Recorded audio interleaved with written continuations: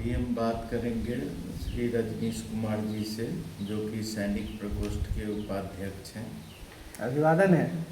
ये अभी जो प्रशांत किशोर जी जो बांकीपुर का इलेक्शन लड़ रहे हैं, तो इसमें क्या नया मोड़ आ सकता है और इसके बारे में कुछ आप बताएंगे? यह जो चुनाव है, प्रशांत किशोर जी ने चुनावी मैदान में कूद करके बड़ी हिम्मत और होशियारी का काम किया है।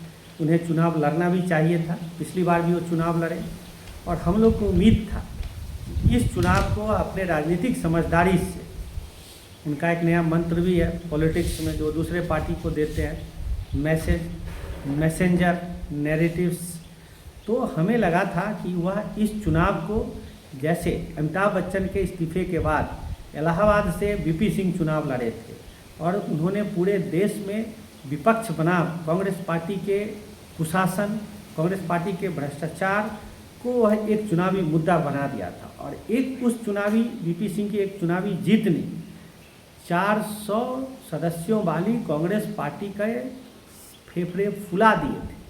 तो यह जो बांकीपुर में जो बाई इलेक्शन हो रहा था, यह इलेक्शन भी वैसा ही इलेक्शन साबित होना भी चाहिए, क्योंकि यह लोकतंत्र को पुनर्जीवित करने का स्वर्ण अवसर है। पिछले चुनाव में जो हम सब कहते थे, प्रशांत जी भी कहते थे, आरजेडी भी कहती थी, कांग्रेस पूरा विपक्ष कहता था कि भारतीय जनता पार्टी ने 10,000 रुपया का दे करके लास्ट मोमेंट में कैसे चुनाव को प्रभावित किया, सरकारी मशीनरियाँ कैसे चुनाव को प्रभावित करती थी। तो उसके बाद इस सरकार ने 3-4 गलतियाँ की। पहली गलती की, नीतीश कुमार जी के नाम पे चुनाव लड़ा, उसके बाद मुख्यमंत्री को बदल दिया गया। दूसरी बात, भारतीय जनता पार्टी की एक नैरेटिव थी कि भारतीय जनता पार्टी आएगी तो यहाँ स्वर्ग बन जाएगा, बहुत सारे रोजगार आ जाएंगे, भ्रष्टाचार समाप्त हो जाएगा, कानून व्यवस्था की स्थिति अत्यंत मजबूत हो जाएगी। लेकिन इतने दिनों होने के बाद भी अभी तक कोई बदलाव नहीं आया है। यह पूरे बिहार की जनता बोल रही है। छात्रों के लिए कुछ भी नहीं किया गया। तो इस सब का करारा जवाब देने के लिए यह एक स्वर्ण अवसर था। अभी प्रशांत किशोर जी की क्या गलती थी पिछले चुनाव में, और आरजेडी का क्या रोल होना चाहिए था यहाँ, ताकि कुछ चेंजेज आ सके इस पॉलिटिकल सिस्टम में? आरजेडी और प्रशांत किशोर दोनों को एक कारगर समझौता करके इस चुनाव को लड़ना चाहिए था। मेरा मानना है कि आरजेडी के पास एक बहुत ही मजबूत संगठन है, उसको संगठन को चलाने वाले नेताओं की एक प्रशिक्षित नेताओं की एक बड़ी फौज है। प्रशांत किशोर जी के पास एक करिश्मा है, जैसे तमिलनाडु में हुआ, विजय के पास करिश्मा था और वो बहुत सारे ऐसे ही लोअर लेवल के छोटे छोटे ऑर्गेनाइजेशनों को जोड़ करके उन्होंने विजय हासिल की। तो अगर आरजेडी और प्रशांत किशोर में कोई समझौता हो जाता तो विजय निश्चित था। भारतीय जनता पार्टी की करारी हार होती और यह एक ऐसा मैसेज होता कि नहीं इस गठबंधन को, माने एनडीए और जेडीयू गठबंधन के दिन लद गए। लेकिन प्रशांत किशोर ने कोई पहल नहीं किया। इन्होंने आरजेडी लीडरशिप के साथ कोई बातचीत करने की कोशिश नहीं की, जिससे कि कोई कारगर समझौते पर हम लोग पहुंच पाते और एक संयुक्त विपक्ष का एक कैंडिडेट होता, प्रशांत किशोर ही होते और भारतीय जनता पार्टी के कैंडिडेट को हराया जाता। तो यह प्रशांत किशोर के तरफ से गलती हुई है कि उन्हें आरजेडी लीडरशिप से संपर्क करना चाहिए था और आगे बढ़ना चाहिए। आगे आपको क्या लगता है कि ये प्रशांत किशोर अपने इलेक्शन कैंपेन में नए आने वाले में उसमें क्या कुछ फ्यूचर प्लान लेकर के आरजेडी से मिल सकते हैं या किसी और पार्टी को अप्रोच कर सकते हैं?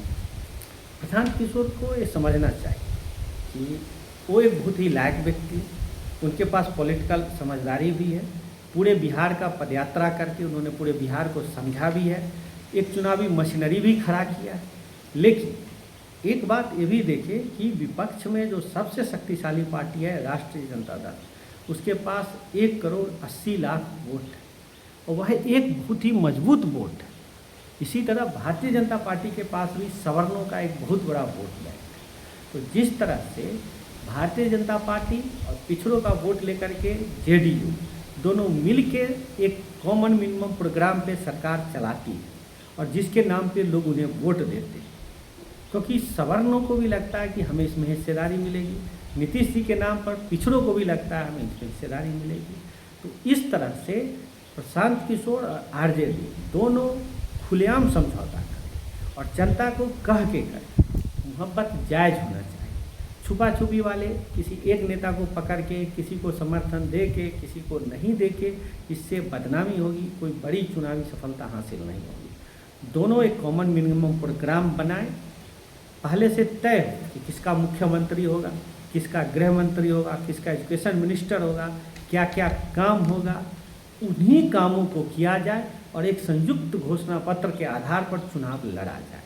नहीं हो तो 2-2 साल 2.5 साल का मुख्यमंत्री तय कर रहे। आरजेडी के पास एक बहुत ही मजबूत संगठन, बहुत ही बड़ा वोट बैंक है और प्रशांत किशोर के पास एक ग्लैमर है, अट्रैक्शन है, लोग को उनके सूझबूझ पर भरोसा है। तो जो सवर्णों को लगता है कि आरजेडी के आने से जंगल राज आ जाएगा, उसके एक नैरेटिव से, तो अगर प्रशांत किशोर और आरजेडी में दोस्ती हो जाए, इस नैरेटिव का सफलतापूर्वक जवाब दिया जा सकता है और इस गठबंधन को पूरी तरह से ध्वस्त कर दिया जाएगा जो जेडीयू और एनडीए मीन्स एनडीए जो। तो इसलिए अगर एक क्वेश्चन है कि what is future of Prashant Kishor और what is future of RJD, तो बोथ है ब्राइट फ्यूचर, दोनों का भविष्य उज्ज्वल है, लेकिन दोनों को राजनीतिक समझदारी दिखानी पड़ेगी, दोनों को एक कॉमन मिनिमम प्रोग्राम पे एक साथ आना पड़ेगा और जनता के बीच रह के, और जो शिक्षा मेन है, आज बेरोजगारी का एक मूल कारण है बेहिसाब बढ़ता जनसंख्या, दूसरा मूल कारण है एजुकेशन कॉम्प्रोमाइज्ड है, क्वालिटी नहीं है उसमें। अगर आप में क्वालिटी है तो नौकरी मिल रहा है, क्वालिटी नहीं है तो नौकरी नहीं मिल रहा है। तो बीए बैल वाली जो स्थिति है, इसके 2 मुद्दों पर और कानून व्यवस्था, 3 मुद्दों पर एक सॉलिड प्लान लेके दोनों पार्टी आती है तो निश्चित रूप से दोनों का भविष्य उज्ज्वल है। अकेले अकेले लड़ने से जो हो रहा आप देख रहे हैं, पॉलिटिक्स तो रुकता नहीं है, चलता ही रहता है, नेचर के हाथ में जो होना होगा होगा। हम आशा करते हैं कि बिहार में आगे कुछ इस तरीके का नया बदलाव आए और कुछ लोगों के लिए कुछ नया अवसर मिले ताकि गवर्नमेंट भी जनता के लिए कुछ अच्छा कर सके। लेकिन मुझे इतना श्योर लग रहा है कि जनता भारतीय जनता पार्टी को बांकीपुर में चुनाव नहीं जिता रहा। या तो आरजेडी चुनाव जीतेगी, प्रशांत किशोर जीत सकते हैं, अभी भी समय हो आरजेडी से अपील कर सकते हैं, आरजेडी के लीडर से मिल सकते हैं, लेकिन प्रशांत किशोर इसलिए नहीं जीत पाते हैं क्योंकि उनके जीतने की संभावना लोगों को कम लग रहा है।